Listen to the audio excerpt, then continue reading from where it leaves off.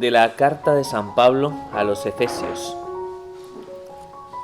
Bendito sea el Dios y Padre de nuestro Señor Jesucristo, que nos ha bendecido en la persona de Cristo con toda bendición espiritual en los cielos, ya que Él nos eligió antes de la creación del mundo para que fuésemos santos y sin mancha en su presencia por el amor. Nos predestinó a ser sus hijos adoptivos por Jesucristo, conforme al beneplácito de su voluntad, para alabanza y gloria de su gracia, con la cual nos hizo gratos en el amado, en quien mediante su sangre tenemos la redención, el perdón de los pecados, según la riqueza de su gracia que derramó sobre nosotros sobreabundantemente, con toda sabiduría y prudencia. Nos dio a conocer el misterio de su voluntad, según el designio que se había propuesto realizar mediante Cristo y llevarlo a cabo en la plenitud de los tiempos. Recapitular en Cristo todas las cosas del cielo y de la tierra. Palabra de Dios, te alabamos, Señor. Bueno, después de hacer la reflexión sobre el dinamismo espiritual, ¿no? Vuelvo a reiterar, ¿no?, cómo nace ese dinamismo en nosotros. El Espíritu de Dios viene a nuestro corazón, la gracia increada, ¿no?, y por los méritos infinitos, de la pasión, muerte y resurrección de nuestro Señor Jesucristo, nos confiere a nosotros, ¿no?, por nuestra participación en ese misterio, a través del bautismo, por el que se nos da a nosotros el Espíritu Santo, nos confiere ese dinamismo, ese organismo espiritual, ¿no?, ese hombre nuevo que quiere predominar, ¿no?, en nosotros, dejando a un lado el hombre viejo, a través de ese combate del que hemos hablado, ¿no? ¿De acuerdo? Pues ese dinamismo tiene un principio vital, tiene unas potencias, ¿no?, una fuerza, y tiene, vamos a decirlo así, un actuar, ¿no? Entonces, en cada una de esas cosas somos fortalecidos por la gracia, ¿no? La gracia, ¿no?, que nace en nosotros a través de ese dinamismo, le llamamos gracia creada o gracia habitual. Las potencias, las fuerzas, ¿no?, que van encaminadas a que se desarrolle en nosotros la vida de Cristo, que son las virtudes y los dones, y las virtudes teologales y morales, ¿no?, ¿de acuerdo? Y luego las gracias actuales que Dios confiere al corazón del hombre en la realización de todas esas acciones que podríamos denominar acciones crísticas, ¿de acuerdo? La consecuencia, el efecto que produce ese organismo espiritual en nosotros lo denominamos normalmente la santidad, ¿de acuerdo? O sea, la santidad vendría a ser, de algún modo, el resultado, el efecto del trabajo del dinamismo espiritual en nosotros. Y como todo lo que hemos hablado, ¿la santidad es fruto de nuestro esfuerzo, entonces? No. Si es efecto del trabajo de ese dinamismo espiritual en nosotros, a través de la presencia, ¿no?, de la gracia y el don de Dios, a través de la inhabitación de Dios en nosotros, ¿no?, por el Espíritu Santo que se nos ha dado, pues eso es lo que produce como consecuencia que participemos de la vida de Dios, porque según las Sagradas Escrituras, el único santo es Dios. ¿De acuerdo? No llaméis santo más que a Dios, le dice Jesús en un momento a uno de sus interlocutores. Entonces, ¿cómo es que en algún determinado momento nosotros, ¿no?, podemos ser llamados también santos, ¿no? De hecho, es muy curioso que en toda la palabra de Dios, especialmente en el Nuevo Testamento, estoy haciendo referencia a San Pablo, cuando se habla de la Iglesia, cuando se habla de los cristianos, normalmente utiliza el adjetivo de los santos, ¿no?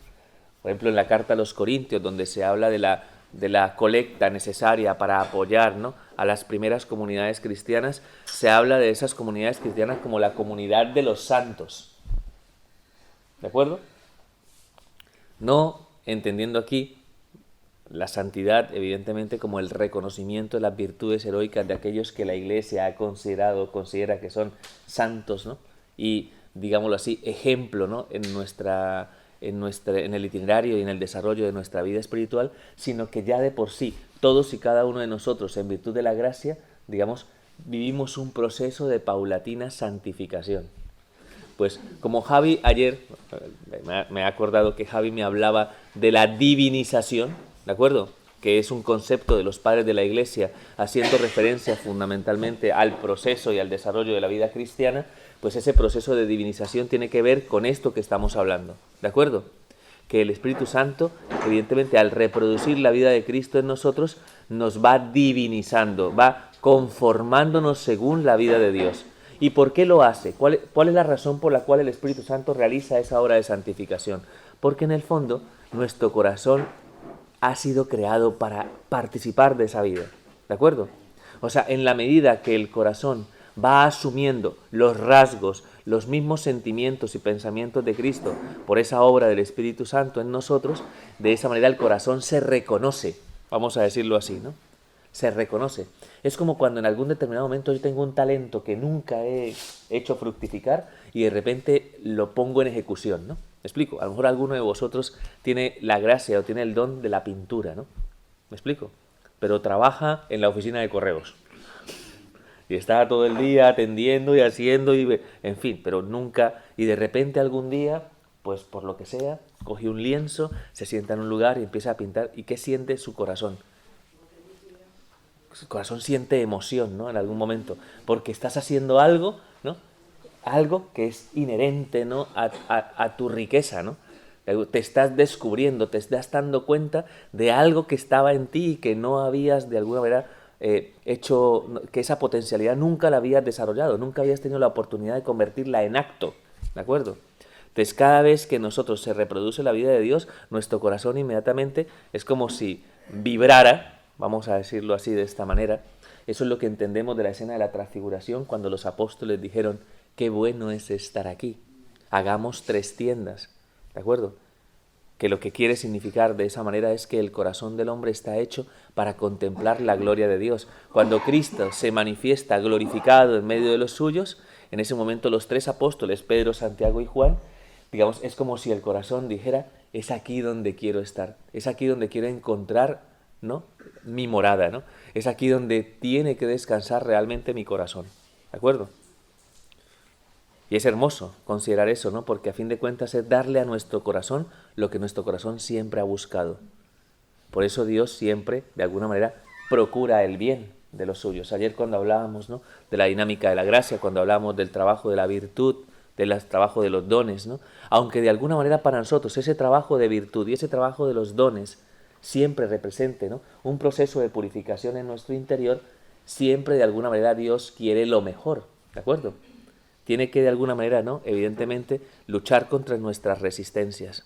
Ayer lo veíamos, ¿no? No sé, creo que les he planteado en cada uno de los ejercicios de confrontación, o sea, los ejercicios de escrutinio, o sea, os he pedido que hagáis como tanto en la mañana como en la tarde, como que generéis compromisos muy concretos frente a cosas concretas, ¿no?, de las que hemos hablado, ¿no? ¿De acuerdo? En un principio creo que en la mañana os pedía, ¿no?, plantearos compromisos para ser más agradecidos, ¿no?, con el amor de Dios Padre, ¿no?, para, de algún modo, como lo recuerdo muy bien, para ser más sensibles, ¿no?, al amor de Jesucristo, evitando todo aquello, ¿no?, que impide el desarrollo de la vida de Cristo en mí, y para ser más dóciles a la acción del Espíritu Santo, ¿no?, en la promoción de una vida virtuosa, ¿no?, eventualmente sabiendo que se van a producir resistencias en nuestro interior, ¿no? ¿De acuerdo? Entonces, yo creo que es importante en algún determinado momento que asumamos como esa disposición, ¿no?, de parte nuestra, ¿no?, para que nuestro corazón se encuentre a sí mismo, para que se pueda descubrir, para que encontremos realmente la razón de nuestra dignidad y sepamos qué es lo que realmente nos define, ¿de acuerdo? Porque a nosotros no nos define nuestra historia, mucho menos nuestro pecado, ¿no? ¿De acuerdo? No nos define, digamos, las categorías que en algún determinado momento el mundo ofrece para que una persona se sienta plena o se sienta realizada, ¿no? Ustedes saben que en el fondo, en el mundo, digamos, tenemos cánones demasiado superficiales, ¿no? ¿Me explico? Eso hace que en algún momento suframos las consecuencias de no alcanzar, de no llegar a lo que el mundo te plantea como patrimonio de felicidad y de alegría, ¿no? ¿De acuerdo? Porque si el mundo establece, ¿no?, que todo el que de algún modo tiene dinero es feliz, si tú de algún modo apenas llegas a fin de mes, pues eres como Madre mía, ¿no? Mi vida es un desastre, ¿no? O sea, mi vida es una tragedia, mi vida es un drama, mi vida es un fracaso, ¿no? ¿De acuerdo? Si no llegas a los cánones de belleza, ¿no? Que normalmente el mundo te plantea, ¿no? Dentro del culto al cuerpo, dentro de todas estas cosas, pues te miras a ti mismo al espejo y haces... ¿no? Tal cual, ¿me explico? Pero mira esto. Mira, ¿y por qué me cuelga ahora todo? Y esto porque en el fondo no aceptamos, ¿no? No aceptamos realmente lo que somos. Porque de alguna manera estamos sometidos a un criterio de definición que es erróneo. Hay muchas personas incluso que sufren como consecuencia de su propia flaqueza y debilidad, porque se sienten en ese aspecto como derrotados, ¿no? Como aplastados como consecuencia del peso de la culpa. Ni en eso, de algún modo, ¿no? Debemos encontrar la definición de lo que somos. Realmente lo descubrimos en la medida que Dios vive en nosotros, ¿no? Ahí es donde nos descubrimos realmente como lo que somos. Somos hijos, y verdaderamente lo somos. Quien se sabe hijo, ¿cómo se sabe? Amado por el Padre. Y se sabe de alguna manera, ¿no? Enriquecido por su vida. Y entiende y comprende la hondura de su riqueza, de tal forma que es capaz de transmitirla y comunicarla. ¿De acuerdo?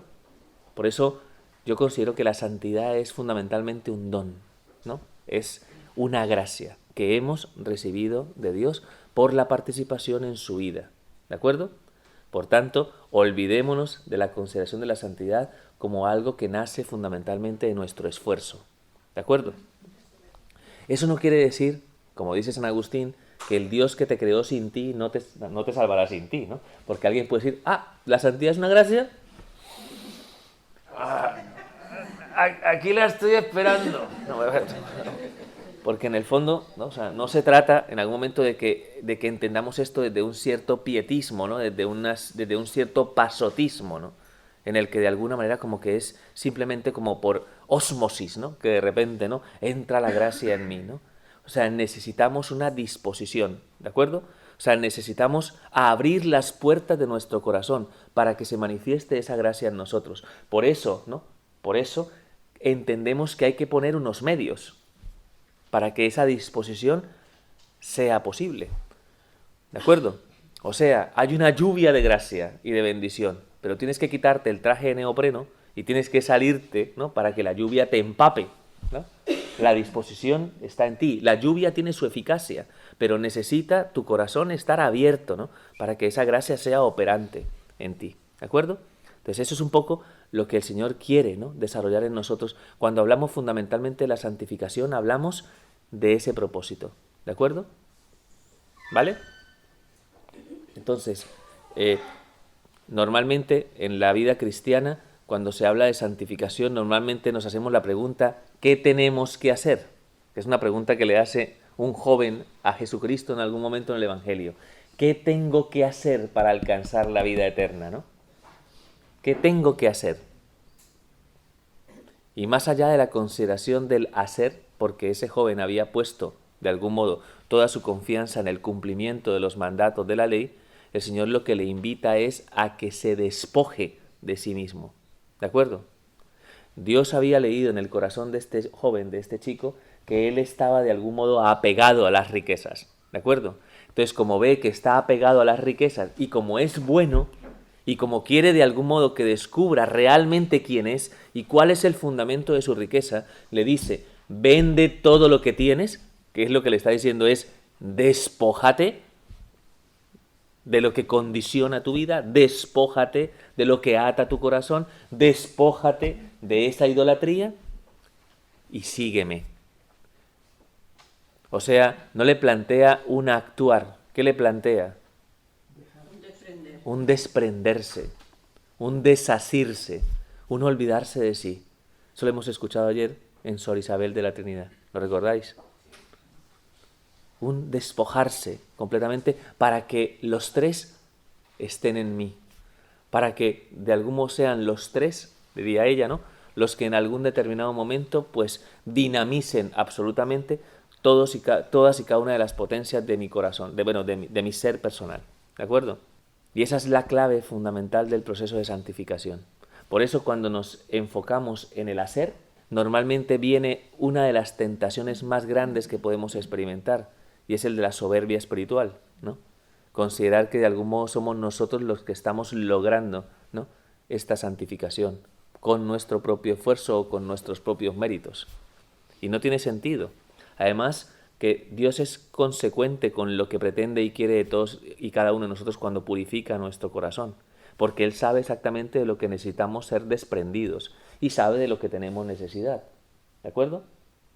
Entonces, por esa razón, al joven rico le ve, ¿no?, realmente cuál es el problema que le impide realmente, ¿no?, alcanzar esa plena participación en la vida de Dios. Su problema es el dinero, ¿no? Bueno, su amor al dinero. En cada uno de nosotros, de algún modo, se dan ese tipo de falsas seguridades y de idolatrías. ¿De acuerdo? Entonces, ¿qué hace el Señor?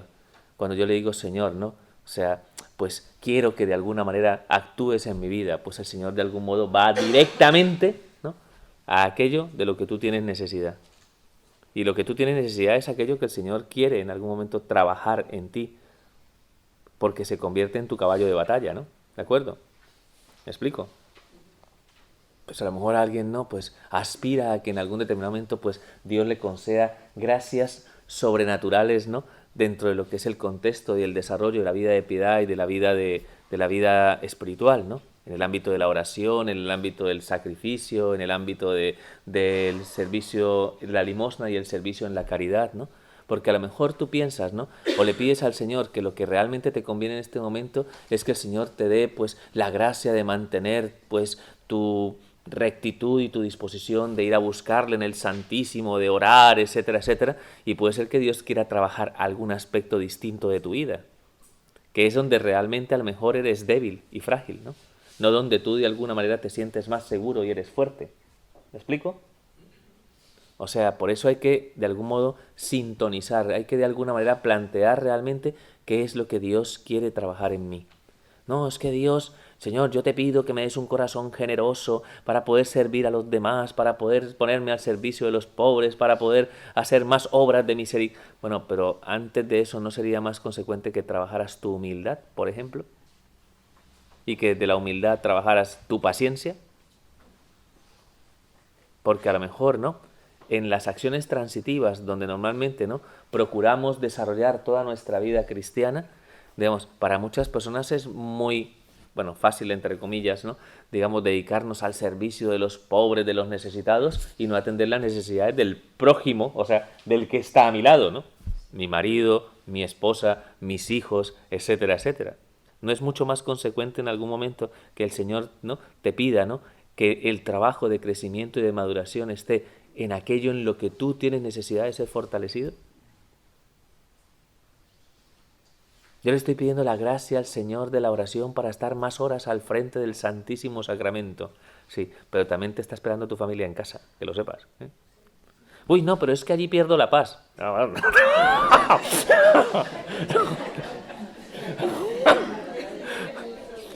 Pues el Señor te diría, pues menudo morro, ¿no? ¿No? Porque en el fondo tu lugar y tu encuentro precisamente con el Señor, ¿no?, tiene que fortalecer, acrecentar y enriquecer la búsqueda realmente de Dios en ese escenario donde el Señor te está pidiendo, ¿no?, que, digamos, que desarrolles realmente tu capacidad de amar, ¿no? ¿Me entendéis esto?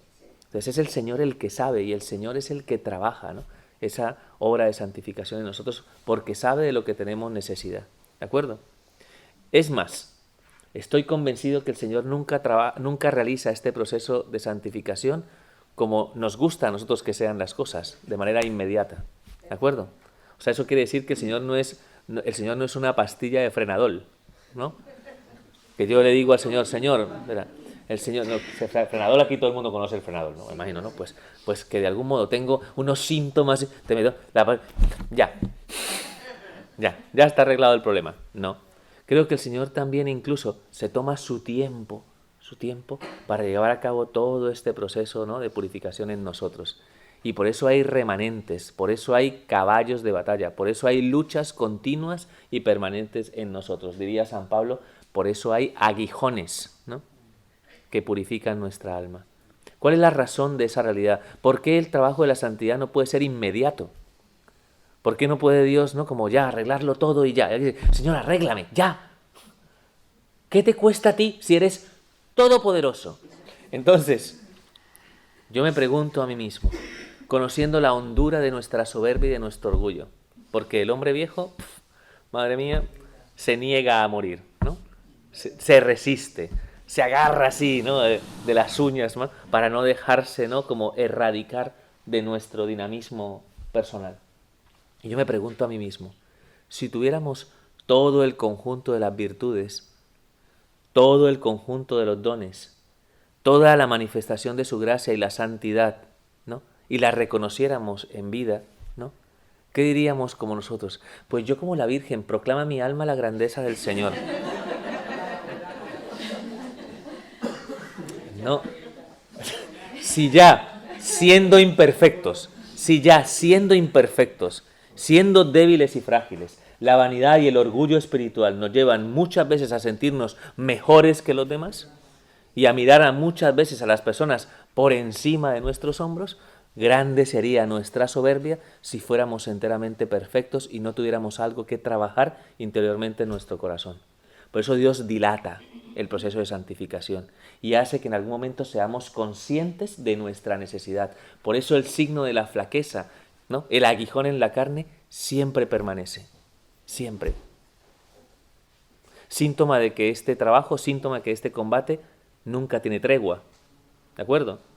Y que por eso genera en nosotros una actitud, un comportamiento que la palabra de Dios plantea que tiene que ser de continua vigilancia, de perseverancia y de constancia en el tiempo.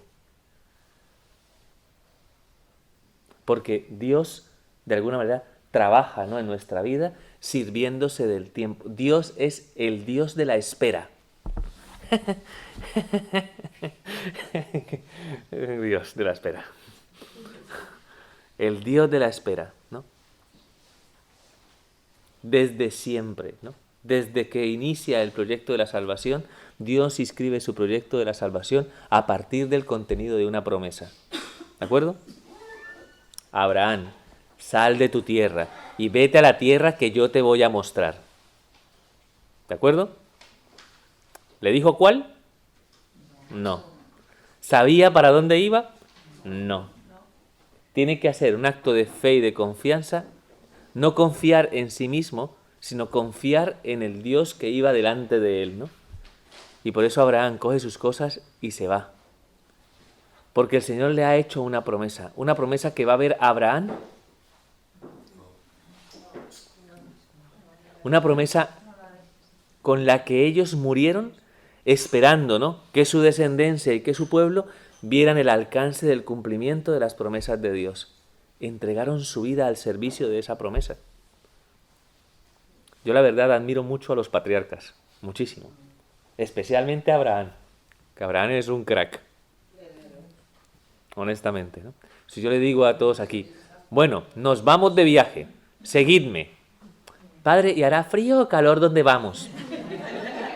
¿Qué debo llevar en la maleta? ¿No? O sea, ¿nos manda la ubicación? ¿No?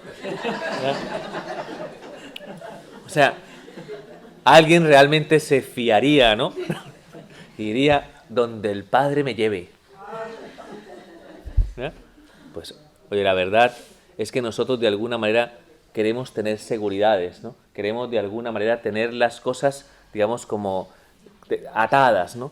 Y Dios es el Dios, de algún modo, que nos lleva siempre más allá de la consideración de toda seguridad.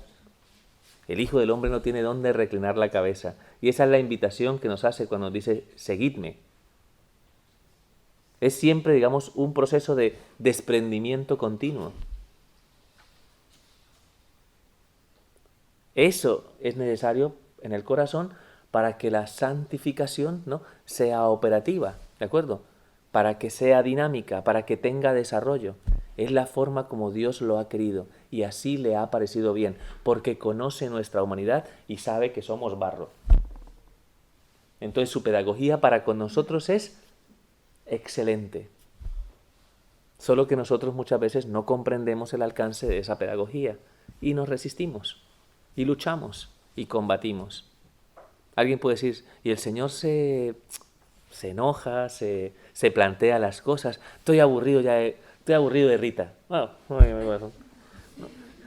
No me hace caso. No.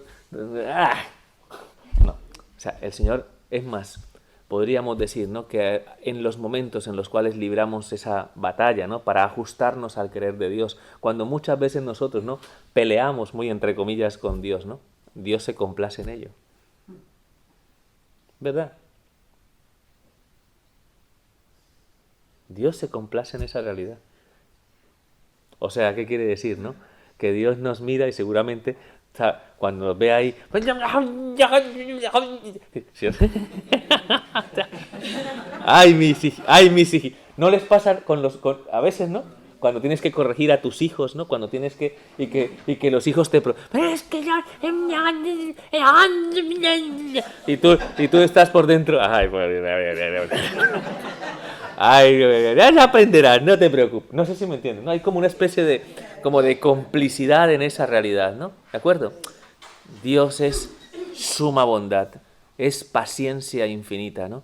Es fidelidad eterna, ¿no?, para con nosotros, ¿de acuerdo?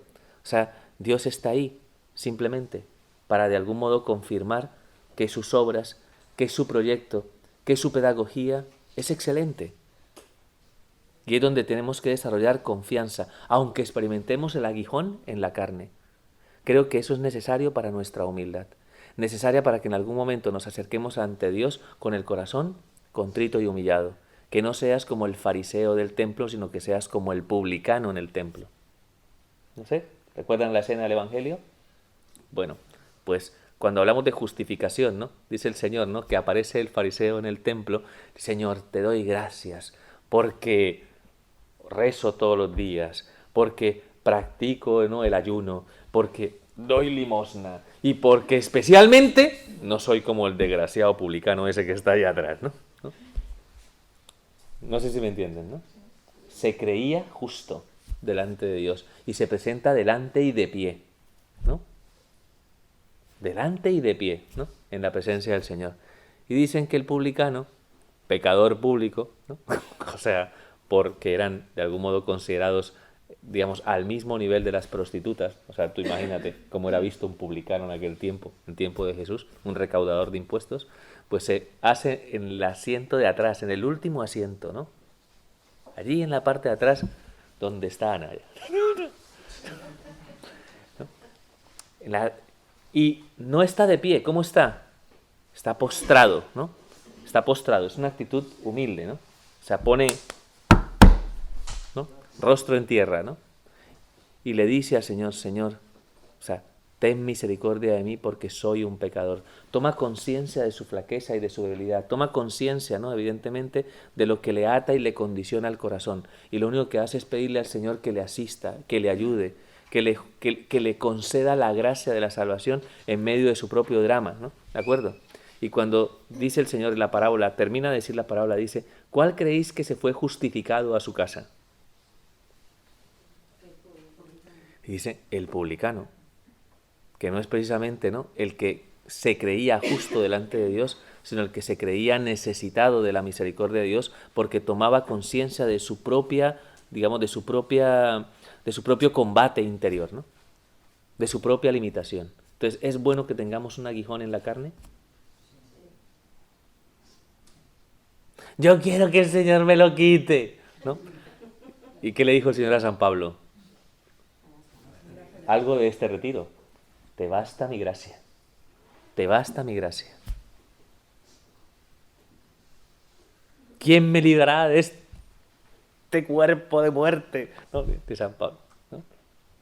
La respuesta es fundamentalmente el Señor, ¿no?, que todo lo transforma, que todo lo edifica, que todo lo reconstruye, ¿no? Se encargará de llevar a cabo el cumplimiento de esa tarea. Ten paciencia y Dios obrará a su modo, a su tiempo, en su momento, ¿no? ¿De acuerdo? Pero necesitas, de algún modo, necesitas ser criatura. Necesitas tomar conciencia del alcance. Por eso el Señor, de algún modo, prolonga, extiende, ¿no?, ese trabajo en nosotros. ¿De acuerdo? Muy bien. Ese proceso de santificación no tiene como finalidad última, bueno, hay que decir algo que es muy importante. La santificación, al transmitirnos, al comunicarnos en algún momento, ¿no?, la hondura, ¿no?, de lo que es el misterio de Dios en sí mismo, al comunicarnos su vida a través de su amor y de su presencia, configura vamos a decirlo así, como una especie de talante, ADN que define fundamentalmente, ¿no?, el alcance de la plenitud en Dios, ¿no?, en nuestra vida terrena. ¿De acuerdo? Eso quiere decir que de algún modo, si yo quiero ajustarme, ¿no?, ajustarme a lo que de algún modo hace posible que la participación en la vida de Dios sea más plena en mí, me va a ir ajustando, ¿no?, a través de un espíritu, ¿no?, que es el espíritu de las bienaventuranzas. ¿De acuerdo? Viene a ser como, para todos nosotros, las bienaventuranzas viene a ser como una constatación de lo que en algún momento, ¿no?, nos abre el camino hacia la participación de la dicha de Dios. ¿De acuerdo? Muy en la tónica de lo que hemos hablado del joven rico. ¿De acuerdo? ¿Qué es lo que me concede la felicidad y la plenitud? ¿Quiénes son los dichosos del reino de los cielos? ¿De acuerdo? En donde radica, evidentemente, ¿no?, como la conquista, ¿no?, de la verdadera plenitud según Dios. ¿De acuerdo? Sobre todo para poder entender en el marco en el que se desarrolla realmente este proceso de santificación. Entonces, pues nos ofrece el Evangelio de las Bienaventuranzas. Muy importante ese Evangelio para todos nosotros, ¿de acuerdo? Muy importante, porque es una respuesta a la pregunta: ¿cómo quiero alcanzar la felicidad, ¿no? Quiero alcanzar la participación plena en la vida de Dios. ¿Cómo sé que de alguna manera, ¿no?, en mi vida, ¿no?, cómo sé que en mi vida estoy alcanzando realmente la maduración de ese proyecto de Dios? Porque eventualmente no tenemos nada que pueda ofrecernos una garantía de ello, ¿no? No hay una app, ¿no?, todavía desarrollada en el que tú de alguna manera te vaya diciendo 70% de santidad, 75% de santidad. Pon la huella, ¿no? Sí, sí. Que a alguno le saldría low battery. Uy, ¿no? Me explico, ¿no? No tenemos nada, no tenemos ningún instrumento de medida que pueda ayudarnos a nosotros a hacer la verificación, ¿no?, de ese proceso de santificación. Lo que podemos es percibir, ¿no?, en el escenario de nuestra existencia si realmente, ¿no?, estamos siendo, ¿no?, como estamos alcanzando la dicha, el gozo y la felicidad de ser partícipes del Evangelio del Reino. Tiene que ver mucho con los frutos del Espíritu Santo, ¿de acuerdo? Que es la verdadera certeza de saber que el camino que estamos realizando, lo que estamos de alguna manera desarrollando en nuestra vida, es conforme al querer de Dios, ¿vale? Entonces, las bienaventuranzas están en el capítulo 5 de San Mateo. Es como se inicia el discurso de la montaña, ¿no? Famoso discurso del Señor. Fijaos aquí que aquí se establece, ¿no?, en este salón, vamos a decirlo así, de algún modo se establece, uno, el principio de lo que sería, ¿no?, nuestra relación con Dios, a lo que nos conduce fundamentalmente, ¿no?, el Señor a través, ¿no?, de nuestra vida de oración, que es alcanzar una familiaridad con Dios, ¿no? Que a través de la oración del Padre Nuestro, ¿no?, que es la plegaria, ¿no?, por excelencia de los hijos de Dios. ¿De acuerdo? Plegaria por excelencia de aquellos que han sido, ¿no?, redimidos en Cristo y que participan de la vida de Dios. Esa es la plegaria. Y esa es, ¿no?, la identidad, ¿no?, a la que en algún determinado momento nos lleva, ¿no?, el ser conformados según la imagen del Hijo de Dios, que es en el espíritu de las bienaventuranzas. ¿De acuerdo? Y aquí el Señor está en medio, ¿no?, en la montaña haciendo su discurso, ¿no?, aquí justo detrás, ¿no? Está anunciándole a los suyos, ¿no?, las claves, ¿no?, fundamentales para poder entender el desarrollo de nuestra vida cristiana. ¿De acuerdo? Y nos pide, ¿no?, que esa gracia, ¿no?, que obra Dios en nosotros, esa vida espiritual, ¿no?, que se desarrolla en nuestra interioridad, ¿qué nos pide? ¿Que se quede en nosotros? Nos invita a proclamarla y anunciarla con nuestra palabra y nuestra vida. Y ahí está la misión, ¿no?, que va, digamos, ligada al don, ¿no?, que hemos recibido de Dios. ¿De acuerdo?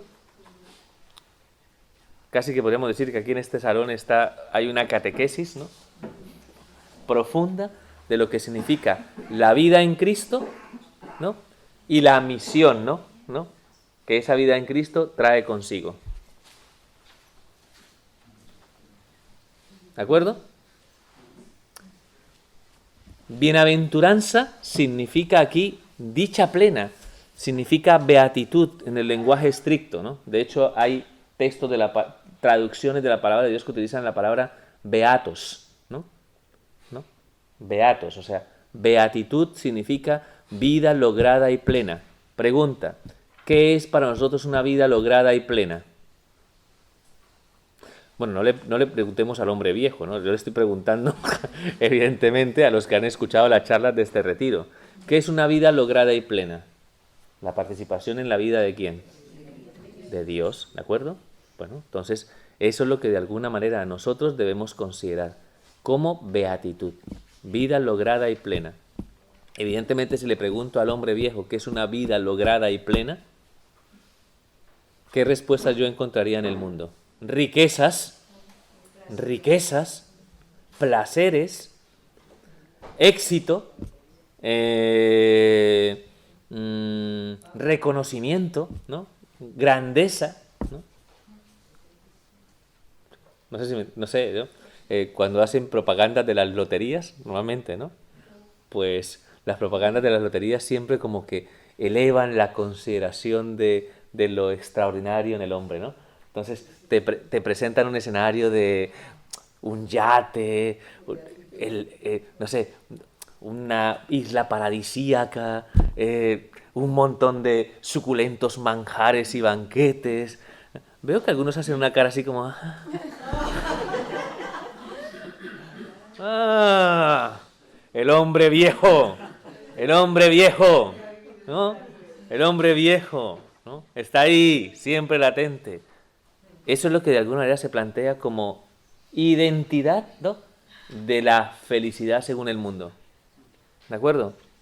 Que es totalmente falsa, efímera. ¿De acuerdo? Es una falacia en sí misma, en su propia realidad, ¿no? Todo eso no concede al hombre la felicidad, porque nada de eso llena la expectativa de lo que realmente el corazón espera. ¿De acuerdo? Por más que intentes eternizar todos y cada uno de esos elementos, ¿no? Te das cuenta que la vida, ¿no? La vida misma, ¿no? Que tiene una pedagogía extraordinaria, pues nos enseña que esa realidad al final se diluye entre nuestras manos y envilece el corazón. ¿Me explico? No penséis que por el hecho de que seamos pobres, o sea, de que no tengamos a lo mejor tantas riquezas, de alguna manera no significa que no estuviéramos tentados como de algún modo no están tentados muchos que tienen muchísimos bienes, ¿no? Que no te pase lo de aquel hombre que dijo, si me gano la lotería, ¿no? Ayudaré a los pobres del mundo, ¿no? Y se la ganó y le preguntaron, ¿y vas a ayudar a los pobres del mundo? Sí, al pobre de mí. Claro. Entonces, ninguno de nosotros está exento, ¿no?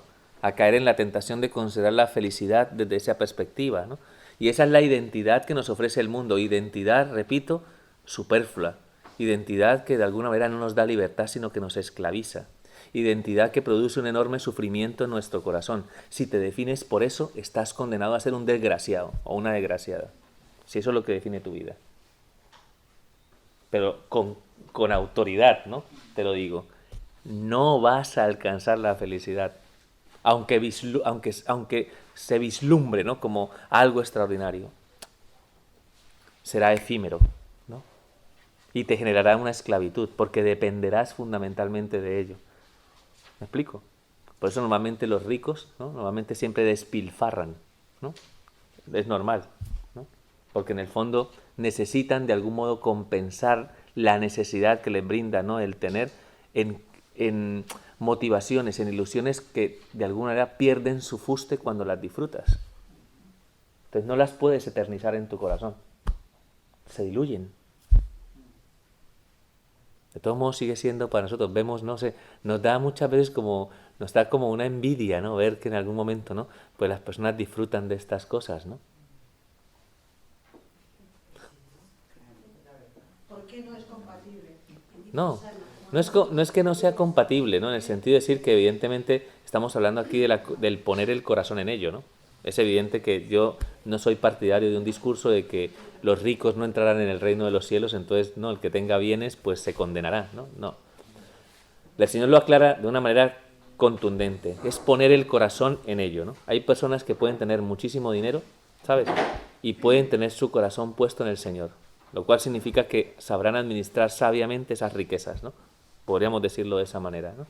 No significa que alguien no pueda, ¿no? En algún determinado momento, pues, concederse, digámoslo así, dentro del alcance, ¿no? de sus riquezas, pues ciertos beneficios, ¿no? En el sentido de decir que evidentemente yo no voy a, de alguna manera, a condicionar que una persona, ¿no? Pues, pero al hacerlo, creo que tiene que ser sensible ante las realidades que hay a su alrededor. ¿Me explico? O sea, que no puede de alguna manera desconocer que Dios no le invita a ser un sabio administrador de sus riquezas, ¿no? ¿De acuerdo? Y eso implica ser sensible ante las necesidades de otros, ¿no? ¿Vale? Eso es un poco lo que yo planteo siempre, ¿no? No es un problema en sí, ¿no? El problema no es la riqueza, sino el corazón cuando pone su confianza en las riquezas, ¿no? ¿De acuerdo? Muy bien. Entonces, ¿quiénes son dichosos para el Señor? Los pobres de espíritu, los que lloran, los mansos de corazón, los que tienen hambre y sed de justicia, los misericordiosos, los limpios de corazón, los pacíficos y los que padecen persecución por causa de justicia. ¿De acuerdo? O sea, a ver, estamos hablando de otra cosa, ¿no? Estamos hablando de otra circunstancia. ¿Por qué son dichosos los pobres de espíritu? Dice la palabra exactamente, dichosos los pobres de espíritu porque de ellos es el reino de los cielos, ¿no? ¿De acuerdo? ¿No se dan cuenta ustedes que la pedagogía de Dios es desconcertante, ¿no? Para el corazón del hombre viejo, porque en el fondo la pedagogía de Dios plantea que para poder alcanzar la cima, para poder alcanzar la plenitud, ¿hacia dónde tienes que conducirte? Hacia abajo. ¿Eh? Hay un libro de teología espiritual de un arzobispo mexicano que está en proceso, que se llama Luis María Martínez, donde empieza su libro de teología espiritual diciendo lo siguiente: toda la vida espiritual consiste en entender que para subir, que para subir hay que bajar. Yo eso no lo entiendo, ¿no? Y es una pedagogía completamente desconcertante frente a la búsqueda desordenada de afirmación, ¿no? Que existe en nosotros como consecuencia del hombre viejo que habita en nosotros. Porque nos negamos, porque en nosotros está la semilla y el veneno ponzoñoso de aquel que en algún momento que dijo: no serviré, no me abajaré, ¿no? Nos cuesta bajar la cerviz, nos cuesta ser humildes, ¿de acuerdo? Entonces, por esa razón, cuando en la dinámica de la vida espiritual el Señor nos lleva por un camino de humildad y tenemos que vernos despojados y desprendidos de todo, entrando en la más absoluta pobreza e indigencia según el mundo, ¿no? En ese momento Dios lo es todo en nosotros y podríamos decir que somos dichosos o bienaventurados. ¿De acuerdo? Si como consecuencia de toda la contingencia, de toda la imperfección, de todas las desilusiones, ¿no?, que acompañan fundamentalmente este escenario en el que se desarrolla nuestra vida, ¿de acuerdo? De algún modo eso te lleva a sufrir y a llorar, ¿no? Y a experimentar, ¿no?, el sufrimiento, ¿no?, por todo lo que en algún momento, ¿no?, tu corazón experimenta, ¿no?, ante la contingencia de este mundo. Porque aquí, ¿por qué lloramos? Por nuestros fracasos, por nuestras desilusiones, por nuestras idolatrías que se rompen, digámoslo así, ¿no? Dichosos vosotros, ¿no?, si lloráis, porque en el fondo, ¿qué experimentaremos a través de ese llorar? El consuelo de Dios, porque Dios sale al paso, ¿no?, de nuestro grito de dolor y nos ofrece la posibilidad de encontrar, ¿no?, en esa circunstancia, ¿no?, la forma de elevar nuestra mirada hacia lo que se considera verdaderamente un bien. ¿Me explico? O sea, que Dios le da un valor relativo, ¿no?, a todas las cosas que en algún determinado momento nos hacen sufrir, para que aprendamos a considerar qué es lo absoluto y en lo cual de alguna manera tiene que estar cimentada la base firme de nuestro corazón. Por eso Él es fuente de consuelo. El llorar, el derramar lágrimas, significa para nosotros purificarnos de la contingencia de este mundo. ¿En el cielo habrá llanto y dolor, según la palabra de Dios? No.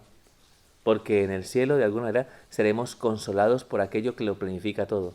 En este mundo, ¿no?, lloraréis, dice el Señor, pero en el otro, ¿no?, os alegraréis. ¿Recordáis esta? ¿No? No sé, recuerdo mucho la situación del rico Epulón y Lázaro, ¿no? ¿Recordáis, no? Sí. En este texto de la palabra de Dios del rico Epulón y Lázaro, o sea, Lázaro disfruta, ¿no? O sea, te lo imaginas en la mesa con los banquetes, ¿no? ¿Me explico? Y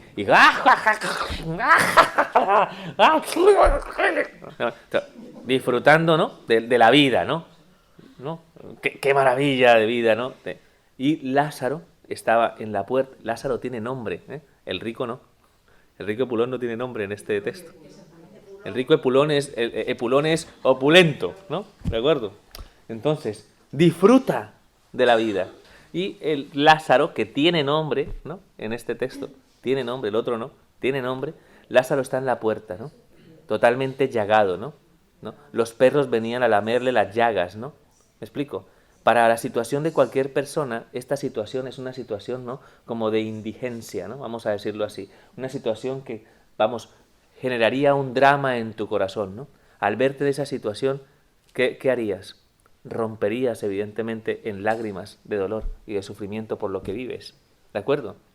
Y cuando se da, ¿no?, la recompensa del reino, ¿no?, cuando se manifiesta, ¿no?, el Señor le dice al rico Epulón, no tanto, digamos, aquí no hay que entenderlo como lo que hablábamos ahora, ¿no? No es que en algún momento, ahora no nos podemos, no se trata en algún momento de que dramaticemos las cosas y que las leamos de una manera inadecuada. Lo que el Señor quiere decir aquí es que esa circunstancia que te lleva a ti a buscar una felicidad falsa, ¿no?, lo que condiciona es fundamentalmente un corazón que al final va a sufrir las consecuencias de eso, ¿no? ¿De acuerdo? Porque vas a tener vacío en tu corazón. Mientras que el corazón de Lázaro, que sufría, no tenía más remedio que encontrar seguridad en quién. Poner su confianza en quién. En Dios. Que es donde él experimenta el consuelo en su situación. Por eso él abraza, ¿no?, al Señor, en el sentido de le entrega esa circunstancia al Señor para que el Señor derrame su misericordia y su compasión sobre él y le concede la vida. ¿Me explico? Y a partir de ese momento, la situación de Lázaro es una situación de gozo y plenitud en el seno de Abraham, ¿no?, donde los justos esperaban la manifestación del Hijo de Dios en la plenitud de los tiempos. ¿De acuerdo? Mientras el rico Epulón, ¿qué le pasaba? Sufría, ¿no? Sufría en el fuego del infierno, ¿no? ¿De acuerdo? ¿Me entendéis eso? Entonces, de algún modo para todos nosotros, cada una de las bienaventuranzas, no, tampoco podemos extendernos demasiado, ¿no?, en la consideración de esta realidad, ¿no? O sea, pero me gustaría que las tuvierais en cuenta, ¿no? Sobre todo porque eso es, de algún modo, repito, como una especie de patrimonio de lo que de algún modo, ¿no?, nos espera a nosotros dentro del crecimiento y la maduración de nuestra vida cristiana. Por tanto, la vida espiritual no se plantea, ¿no?, como, repito, ¿no?, un trascendentalismo o un espiritualismo basado fundamentalmente en hechos sobrenaturales, ¿no? ¿Me explico? ¿Quién es el más perfecto aquí, no? ¿Quién es el que de alguna manera alcanza mayor santificación? ¿El que tiene estigmas? ¿El que levita? ¿El que cuando reza, de repente, ¿no?, reza de la siguiente manera? Oh Santísima Trinidad, Padre, Hijo y Espíritu Santo, uno y trino, uno en esencia, trino en personas. Que tú dices, madre mía de mi alma, ¿no? ¿Qué es realmente lo que define la santidad? Mira, hay muchas personas que de algún modo, ¿no?, te hacen la pregunta, no, Padre, ¿en qué grado de oración de Santa Teresa cree que estoy yo? Yo.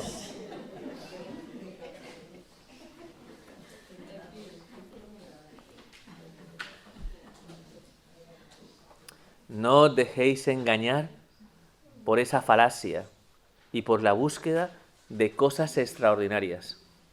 ¿De acuerdo? Porque ahí os perdéis y os dejáis arrebatar, ¿no? Repito, la gracia de Dios por una vanidad espiritual que va a ser difícil de reconocer, digamos, de entrada. No busquéis lo extraordinario, Lo extraordinario es un don, no es el resultado de una búsqueda. ¿Me explico? Por tanto, si te levantas todas las mañanas mirando tus manos y diciendo, ya casi me saldrán, vas muy mal encaminado, muy mal encaminado. Lo que realmente no garantiza en ti, en tu corazón, el reconocimiento de la obra de la santidad es esa dicha, ese gozo, que encuentres paz, que encuentres alegría, que encuentres adhesión de corazón en el espíritu de esas bienaventuranzas, que están directamente relacionadas con los frutos del Espíritu Santo. ¿De acuerdo? Es lo que nos permite decir, aquí hay santidad. Realmente aquí se está manifestando realmente Dios. Y es atrayente por su propia naturaleza. Sabéis que el signo a través del cual se nos confiere, ¿no?, la consagración para ser santos el día de nuestro bautismo es el crisma. O sea, en el día del bautismo hay dos unciones que representan fundamentalmente la gracia y el don del Espíritu. La primera de las unciones es un exorcismo. A algunos se le notará menos, pero, ¿verdad, no? Pero en el fondo, lo primero que recibimos en el bautismo es un exorcismo, apartar el mal para que venga a morar Dios a través de su Espíritu en el corazón. Entonces eso es un sello, ¿no?, que se produce a través de un óleo, que es el óleo de los catecúmenos, ¿de acuerdo? Y luego viene la unción con el crisma, que es una oración de consagración, lo que hace santo algo. Aquí se consagra, en la iglesia se consagra el altar, se consagra el cáliz, se consagra la patena, ¿me explico? Son consagrados porque de alguna manera, ¿no?, contienen, ¿no?, el don de Dios, ¿no? Podríamos decir que son santos, ¿no? Son el lugar, ¿no?, la iglesia, el altar, es un lugar santo, ha sido consagrado y se consagra con el crisma, ¿de acuerdo? Pues nosotros también fuimos consagrados con el crisma. Y ese crisma tiene una peculiaridad, tiene olor, es perfumado. ¿Por qué una mujer utilizaría perfume? Padre, los hombres también son vanidosos y utilizan perfume. Vale, muy bien. ¿Por qué un hombre y una mujer utilizan perfume? ¿Para disimular que no me he bañado en 7 días? No. El perfume tiene una función primordial para nosotros: atraer. Atraer. Porque es agradable. Y cuando es algo agradable, ¿qué hace? Atrae, como la miel atrae a las abejas, ¿no? De la misma manera, ¿no? Entonces, el crisma está perfumado porque ese perfume quiere representar, ¿no?, la vida de Cristo en nosotros, la vida de Dios en nosotros. ¿De acuerdo? Es atrayente, por tanto congrega, por tanto hace posible que se pueda poner en práctica eso que vemos en esa pintura de la pared. Que el proceso de santificación no esté encaminado por su propia naturaleza a que de alguna manera tú alcances como una especie de perfeccionamiento, ¿no?, en tu singularidad, en tu individualidad, que te lleve a compararte con los demás o que te lleve a plantearte como una especie de rivalidad, ¿no?, con el prójimo. Todo lo que de alguna manera lleva a la reafirmación de tu ser te lleva de alguna manera, ¿no?, a posicionarte frente a los demás. Por eso Dios no utiliza, ¿no?, su dinamismo de gracia para que tú en algún momento te sientas que has alcanzado la perfección. ¿Me explico? En la antigüedad, los monjes, ¿no?, de Oriente, sobre todo los monjes del desierto, cayeron ciertamente en esta tentación. Entonces, se iban picando, vamos a decirlo de este modo, ¿me entiendes la expresión picarse?, ¿no? Se iban picando, ¿no? Se iban picando para ver quién hacía las penitencias más extremas, vamos a decirlo así. Hasta llegar a vivir en una columna como los estilitas, ¿no? O sea, no es cuestión de algún modo, ¿no?, como de ver hasta dónde avanzamos, sino la santidad siempre tiene una realidad, ¿no?, que es de alguna manera transitiva, ¿no?, por su propia naturaleza, ¿no? Quiere decir que la santidad es un signo en medio del mundo. Yo creo que les he preguntado ya, ¿no?, acerca de la expresión ser luz del mundo y sal de la tierra. Y yo, mi padre, pues yo no sé, ¿no? Yo le pongo sabor al mundo, ¿o qué? Soy sal de la tierra, ¿qué significa eso, no? ¿Me explico? O sea, ser luz del mundo y sal de la tierra significa en algún momento entender el alcance de esta misión. A lo que estamos llamados. La santidad se convierte en un signo. Juan Pablo II, a inicios de este siglo XXI, viendo la crisis que se venía encima, porque la vislumbra, se da cuenta que el mundo a pasos agigantados, ¿no? está entrando en una crisis de sentido y de identidad, ¿no? Juan Pablo II llega a decir la expresión: en este mundo tenemos una crisis de santos. ¿Me explico? Como no hay santidad, el mundo se pierde, ¿no?, en la oscuridad, ¿no? Porque no hay signos de referencia, ¿no? No hay faros de luz que en este momento puedan guiar y orientar al pueblo de Dios hacia su plena identidad, hacia su plena realización. Todo el trabajo que Dios realiza en nuestro corazón lo realiza fundamentalmente porque cuenta con nosotros. Cuenta con nosotros para que podamos transmitir y comunicar esto a los demás a través de nuestra vida, no solo a través de nuestras palabras, que está muy bien hablar de Dios, muy bien. Vale, ¿usted sabe lo que cuesta hablar de Dios hoy en día? Pues sí, pero hay que hablar de Dios, ¿no? Pero no solamente utilizar palabras, sino utilizar especialmente, evidentemente, nuestro testimonio. Y pasa fundamentalmente por esa realidad, porque los frutos, ¿no?, se manifiestan en nuestra vida.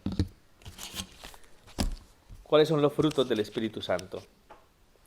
Caridad, gozo, paz, paciencia, benignidad, bondad, longanimidad.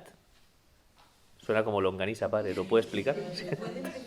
Ya, voy a ir explicando poco a poco ya, ¿no? Pues, ¿verdad? Mansedumbre, fe, modestia, continencia y castidad. Vamos a empezar. Caridad. Aquí la caridad no se entiende como virtud teologal, ¿no? Aquí la caridad significa, digamos, servicio, ¿no? ¿Me entienden?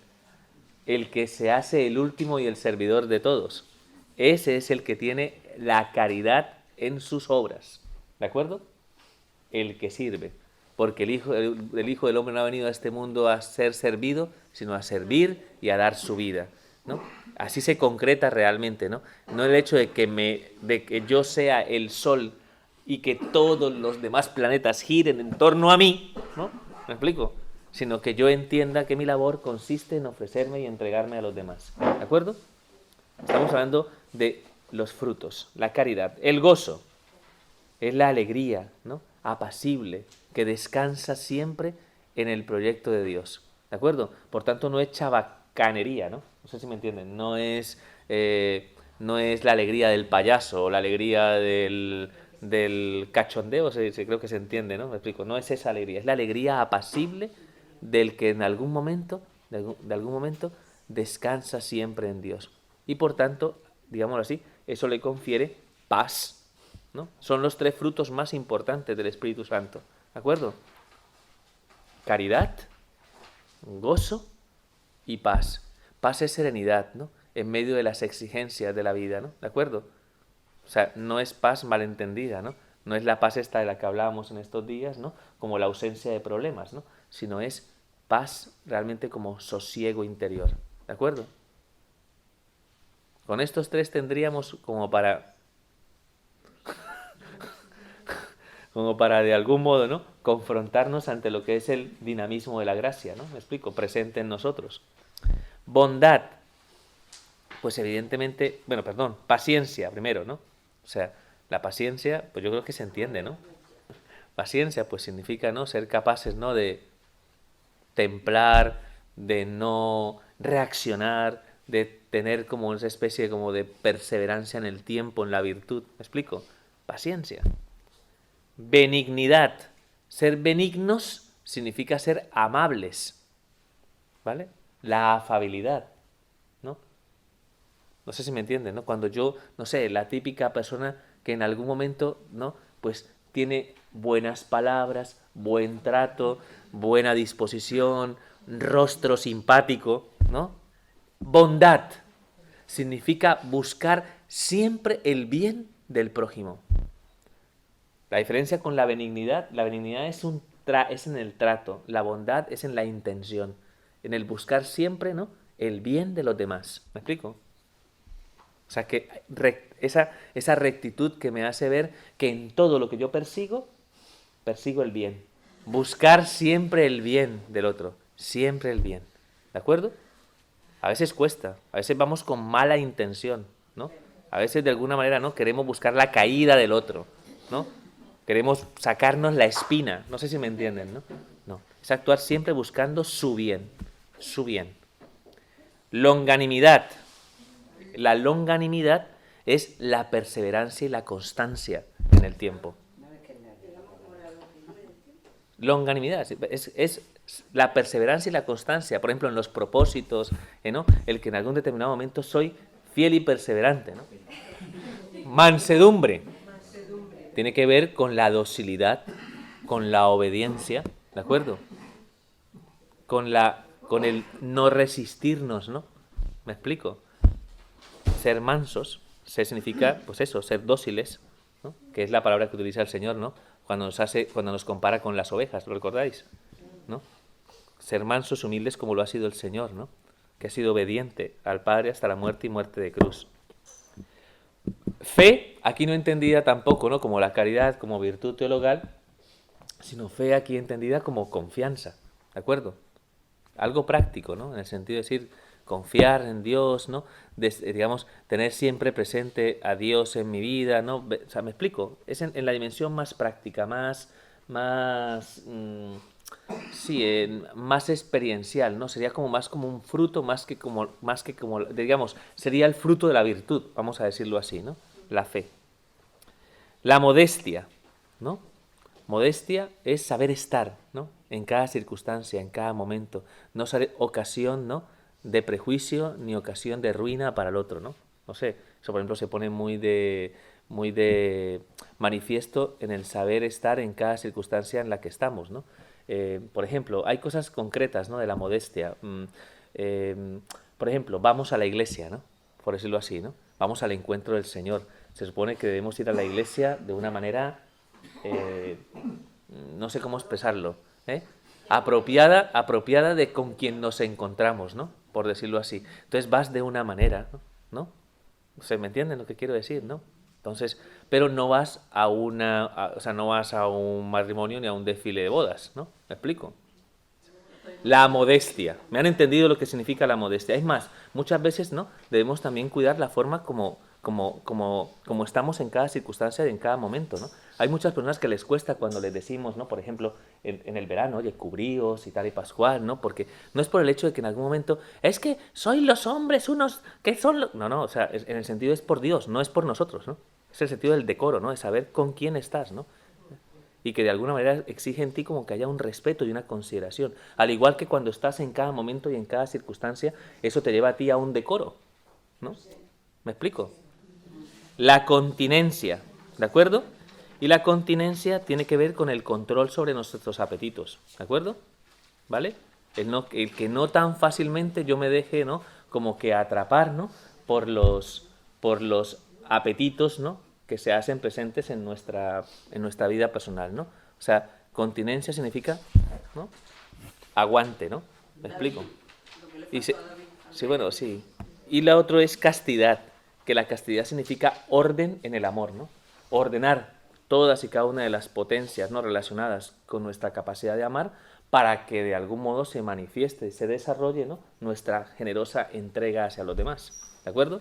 La castidad, virtud ordenadora en la manifestación del amor, ¿de acuerdo? Mientras que la continencia es temple, vamos a decirlo así, ¿no?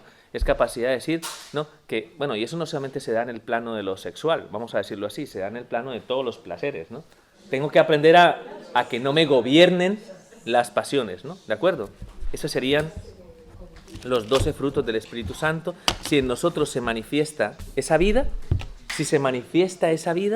seremos signo elocuente, ¿no?, de la presencia de Dios para su gloria, ¿no?, que es uno de los primeros objetos fundamentales de nuestra vida cristiana, para rendirle gloria a Dios con nuestra vida, y el segundo, que es tan importante como el primero, para cooperar en la salvación de las almas.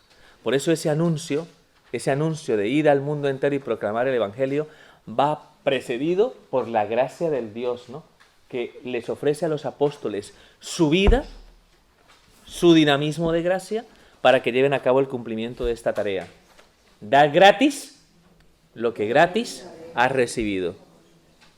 Porque no podemos dar de lo que no tenemos. Si de alguna manera Dios no está presente en nosotros, no podemos transmitir y comunicar esa vida a los demás.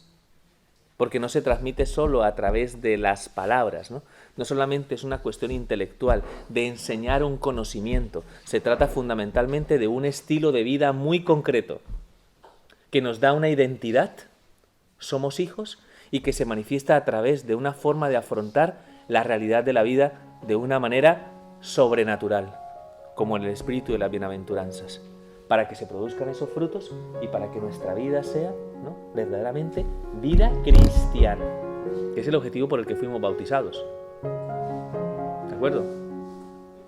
Entonces, por eso creo firmemente que la aportación, ¿no?, de todo aquello que nos lleva a renovar la gracia del bautismo es importantísima en nuestra vida. ¿De acuerdo? Es una de las cosas que me gusta de las comunidades. ¿De acuerdo? La conciencia de lo que implica realmente nuestra vocación bautismal. ¿Cuántos somos bautizados aquí? Todos estamos llamados en algún momento al desarrollo de esa vida cristiana. ¿De acuerdo? Y esa vida cristiana es imposible desarrollarla, ¿no?, si no es a través, ¿no?, de esa firme comunicación de vida que nos ofrecen los tres en nosotros.